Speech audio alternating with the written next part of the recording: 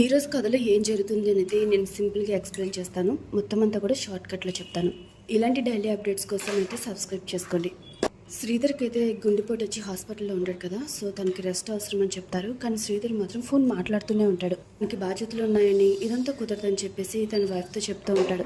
ఇక కాంచన వెంటనే స్వప్న వాళ్ళకి చెప్తుంది, తనని టెన్షన్ పెట్టొద్దని, మీరు ఇంటికి వెళ్ళమని చెప్పి. ఇక శ్రీధర్ని తీసుకుని వాళ్ళ నాన్న దగ్గరికి వెళ్తుంది కాంచన. వెనకాలే కార్తీక్ కూడా వస్తాడు.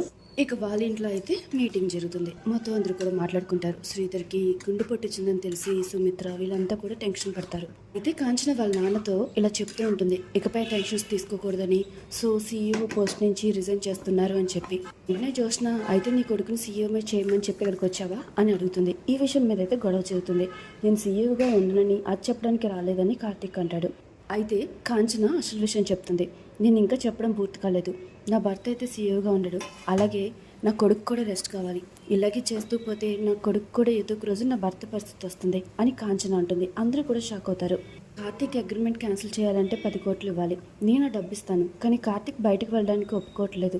వాడి చుట్టూ వాడే ఒక గీత గీసుకుని లోపల ఉంటున్నాడు, వాడినెవరూ బంధించలేదు అని కాంచనకి వాళ్ళ నాన్న చెప్తాడు. వీళ్ళు డబ్బు ఇచ్చినా కూడా అగ్రిమెంట్ క్యాన్సిల్ అవ్వదు అని జ్యోత్స్న అంటుంది. అందరూ కూడా షాక్ అవుతారు. ఎందుకంటే నా పెళ్లి చేసే వరకు బావ బయటికి వెళ్ళడానికి వీల్లేదు. తను నాకు మాట ఇచ్చాడు, నా పెళ్లి జరిగిన తర్వాతే తనకి అగ్రిమెంట్ క్యాన్సిల్ అవుతుంది అని జ్యోత్స్న అంటుంది. అందరూ కూడా జ్యోత్స్నని ఏదో ఒక విధంగా తిడుతూనే ఉంటారు. జ్యోత్స్న మాత్రం చాలా స్ట్రాంగ్గా ఉంటుంది తన మాట మీద. ఇక కార్తీక్ కూడా ఆలోచించుకుంటాడు, నేను అగ్రిమెంట్ క్యాన్సిల్ చేసుకోవాలనుకోవట్లేదని, జ్యోత్స్నకి పెళ్లి జరిగిన తర్వాత బయటకు వెళ్తానని కార్తీక్ అంటాడు.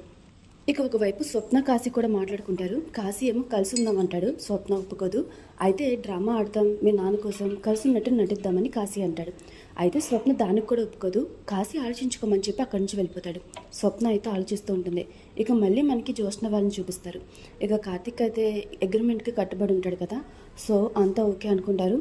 ఇక శ్రీధర్ వాళ్ళు ఇంటికి వెళ్దాం అనుకుంటారు. శ్రీధర్ని సీఈఓ పోస్ట్ నుంచి తీసేస్తున్నామని, అయితే నెక్స్ట్ సీఈఓ ఎవరనేది మీటింగ్లో తేల్చుకుంటామని కాంచన వాళ్ళ నాన్న చెప్తాడు.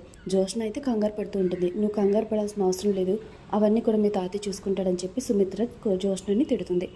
ఇక శ్రీధర్ వారు కూడా ఇంటికి బయలుదేరుతారు. ఇక్కడితో అయితే ఈ రోజు కథ కంప్లీట్ అవుతుంది. సో నెక్స్ట్ ఎపిసోడ్ కోసం సబ్స్క్రైబ్ చేసుకోండి.